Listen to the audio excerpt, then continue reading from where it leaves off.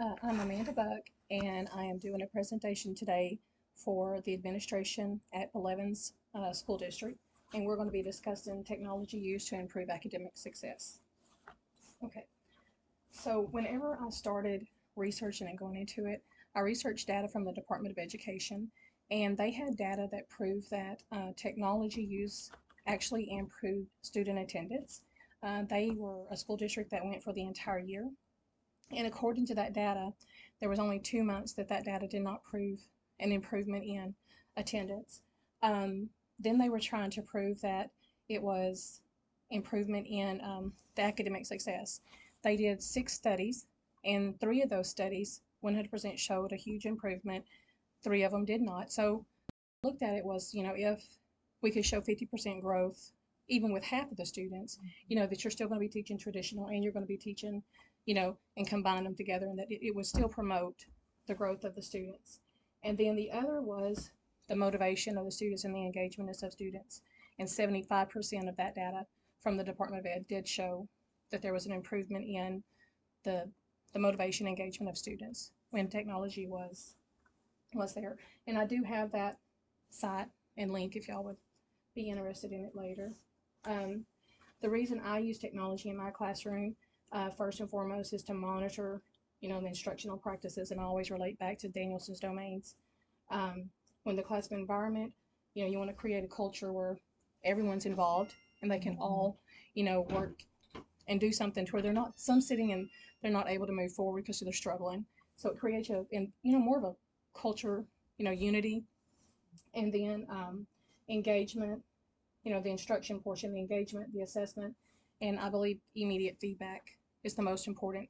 Like whenever I'm doing my technology, I always make sure that it's immediate feedback. I get immediate results from the data that I've, or from the assessment that I'm taking the data from. And then I'm going to move on to improve academic success. We've already discussed those though through assessment, engagement, and then differentiation. That's probably the main tool that I use with technology, is to differentiate the instruction, creating individualized folders for every child. And then again, the last one is assist leaders who need improvement.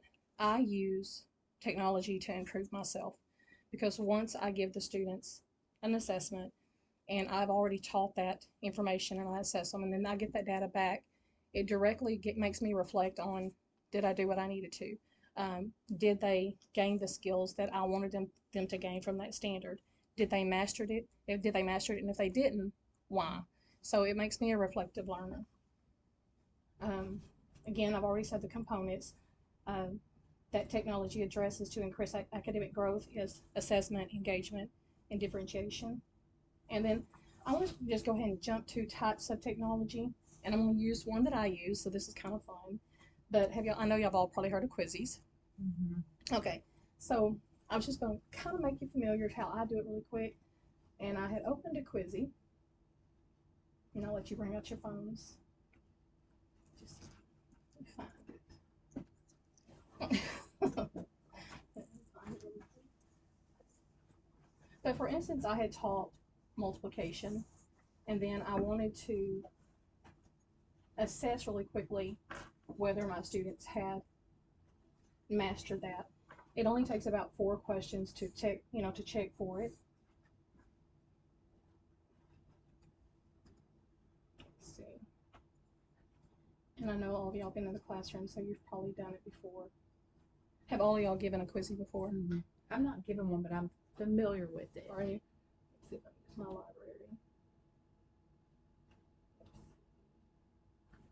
I have one pulled up. I just named it. So just like decomposing fractions, that's a quick one. And literally Quizzes allows it to where it's an independent, so every child can independently work, and you can go like instructor paced where you're teaching them through it, or you can go classic, which gives them a redemption at the end, or it's actually test mode where it's frozen, there's no redemption. So it depends on what you're trying to assess and to what degree you want to grade them. I normally have a tendency to go classic view. It gives them 1 redemption and they're able to go back and fix it. So I'll just kind of give y'all a quick view of what we do in class. It's only 3 little questions. Okay, well, number one, I'll probably flunk every one of those. So, No. because whatever you just said, that deep, whatever, I'll have to do some googling under the table. And the children love it. I mean, because what I do as a teacher on my end, you'll be able to see that in just a minute. It's kind of like also a competition. It's a data board, a dashboard, and it shows who's doing what.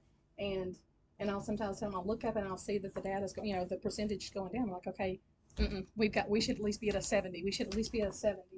And so to push them, and you'll start seeing that score going back up. So it's kind of a motivator. But let me go ahead and get in.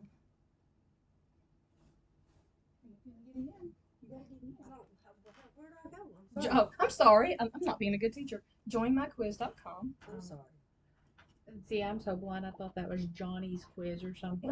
Joinmyquiz.com, and then we'll enter the code. And I mean, they enjoy it.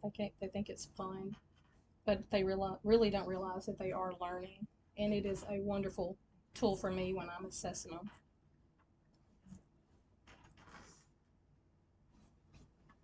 And you can see your students as they enter most of the time. Oh, me. Okay. All right. Did you write your own name? Yeah. Well, auto came up. I just put it in. Anyway, it's only got like 3 questions. I mean, then we'll start it, and the children. A lot of times I will like slow it down or like turn the volume off because the volume. But then they can see, and it plays a little like daunting music in the black background. This is silly. That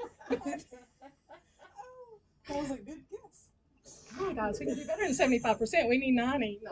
I mean, but it encourages the children, to to work against each other and.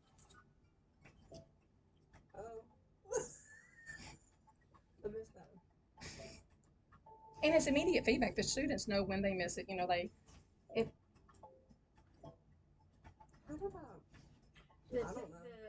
the terminology, I missed the second one. like the vocab, is I'm all done. I mean, and you do definitely have to use unit fractions, within the Mhm. simplest form. I mean, they do have to know that some, and we do have those vocabularies hanging in the room. Decompose, they do know, that's breaking down. So definitely the vocabulary is addressed ahead of time. This is taught before, we have thoroughly covered a lesson. I have made sure, that we've covered it, and then I quickly assess to see. I'm just trying to put something in. That's what I did. I just pushed numbers. Just push numbers. And what it does is it gives me immediate feedback. And I take this, and if they did well, I mean, and the way I do a lot of times is whoever has scored the highest score, there's some type of little reward, within the classroom. Okay, let's, and then it pushes them to keep trying. So this is one way that I have immediate feedback to know how they're doing on a specific standard. And let's then go to the PowerPoint. That's one tool I use regularly in my classroom. And then I'll tell you the other one that I use, and this is probably my favorite tool that I use in my classroom, and it's called Learning Farm. And what Learning Farm, the way I use it is normally it's like STAR assessment. Students are assessed prior, and I know what grade level they're on, and I usually know what skill they're struggling on. And then I create, we cannot show any names, I create individualized folders for every child. And the only drawback at this exact moment is they don't have the standards for Arkansas that just changed, but that's coming up in December. But what I do is as they master those, and I'll let you see those, these are my data. They're called, they're little individual data folders. I sign off on it, and I sign off that they have mastered. And then if we have a struggling student, I take them back to the grade level that they're on. And we only started this about 3 weeks ago.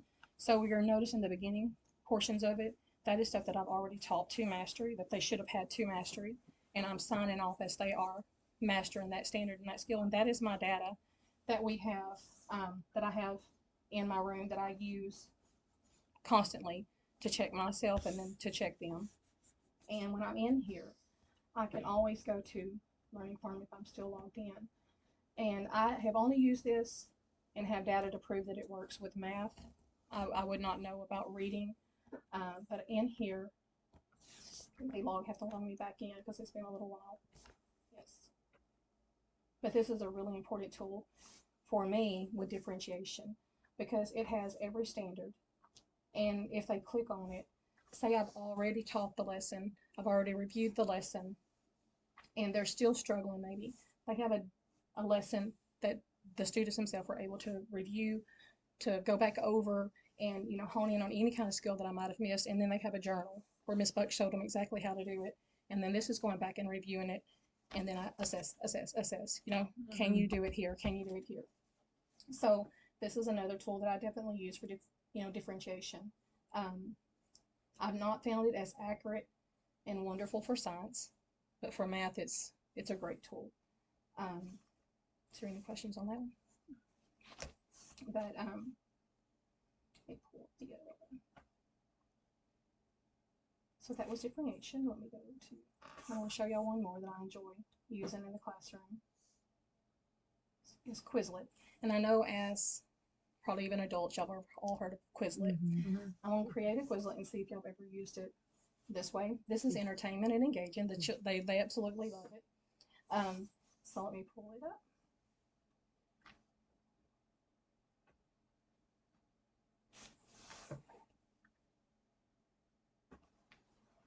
I had this pulled up before, but I guess when it lost. Have y'all ever used Quizlet in the classroom? Have you? Have you? Okay. Let me see if I can find it. How did you use it in the classroom? Oh gosh, it's been too long for me to remember. Okay. I use it for grouping. I take it in group children, and they absolutely love it. I think it's your third tab's already logged in. It's not third one? This one? It's like it says it's Quizlet.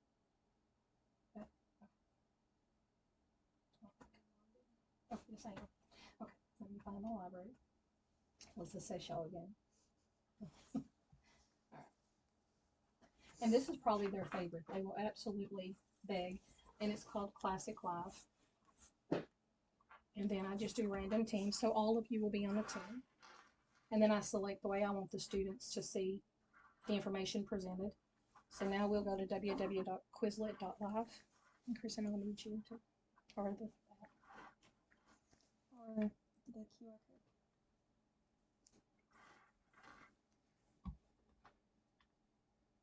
and it requires 4 players to play, so that's why. That's the only drawback. It requires 4. But the way that I use this one is, say for instance, I have students that are still struggling somewhat with rounding.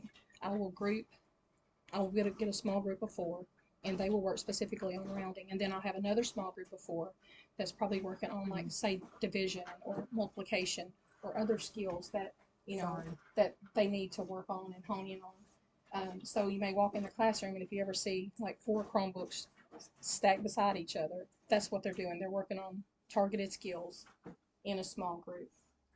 And then once you're all in, let me see, do I need to get in? 1, 2, 3, 4. You got 4 now. Oh, there's 4. Okay. So then I create again. Okay. Well, they put, let's say, Christian, you and Miss Dixon are in a team. And Miss Dixon. All right. So then it'll start the game, and what it'll do is it'll keep on. So y'all are literally, you have to have your phones right beside each other because the answer can be on either screen. Yes, and it makes the children have to communicate. They have to work together, and then up here, I can see the data as it's progressing. 46, yeah. Sorry. And they love it because it usually plays this really weird little music, and it's telling you who's. And y'all have names. One of you are the tigers, and one of you are the alpacas. And I feel like I have to like I have to go fast. Like I gotta know my stuff. I can't read and think this through. Yeah. Okay.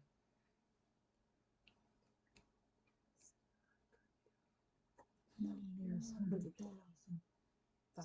It'll be 6. Got it.